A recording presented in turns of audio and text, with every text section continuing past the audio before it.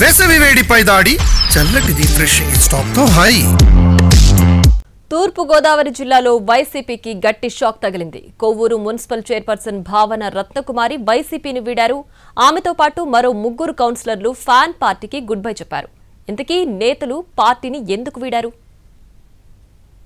తూర్పు గోదావరి జిల్లాలో వైసీపీ పట్టు సడలుతోంది. గత అసెంబ్లీ ఎన్నికల్లో ఓటమి తర్వాత మున్సిపాలిటీలు, కార్పొరేషన్లు చేజారుతూ వస్తున్నాయి.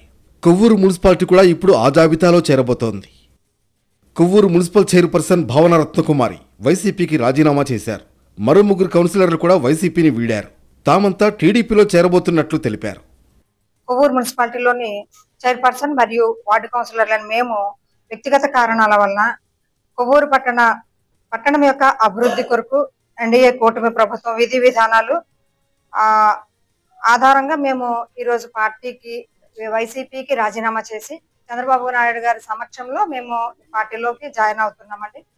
తమపై ఎవరి ఒత్తిళ్లు లేవని వ్యక్తిగత కారణాలతో వైసీపీకి రాజీనామా చేస్తున్నట్లు తెలిపారు భావన రత్నకుమారి.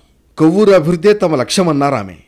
పార్టీలో ఉన్నటువంటి విధి విధానాల వల్ల మాకు అయితే ఎవరి ప్రలోభాలకి మేము లోబడకుండా మా వ్యక్తిగతంగా మేము పార్టీలోకి రావడానికి ఇష్టపడుతూ వచ్చామండి. మేమందరం కూడా పట్టణాన్ని అభివృద్ధి చేయాలి అని అంటే ముందుండి నడిపించే వాళ్ళు నాయకులుగా ఉన్నారు.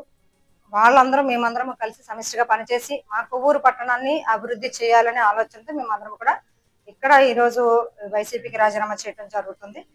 చైర్పర్సన్ భావన రత్నకుమారితో పాటు 3 కౌన్సిలర్ల రాజీనామాతో కొవ్వూరు మున్సిపాలిటీలో లెక్కలు మారబోతున్నాయి. మున్సిపల్ చైర్పర్సన్ పదవిని టీడీపీ దక్కించుకోనుంది.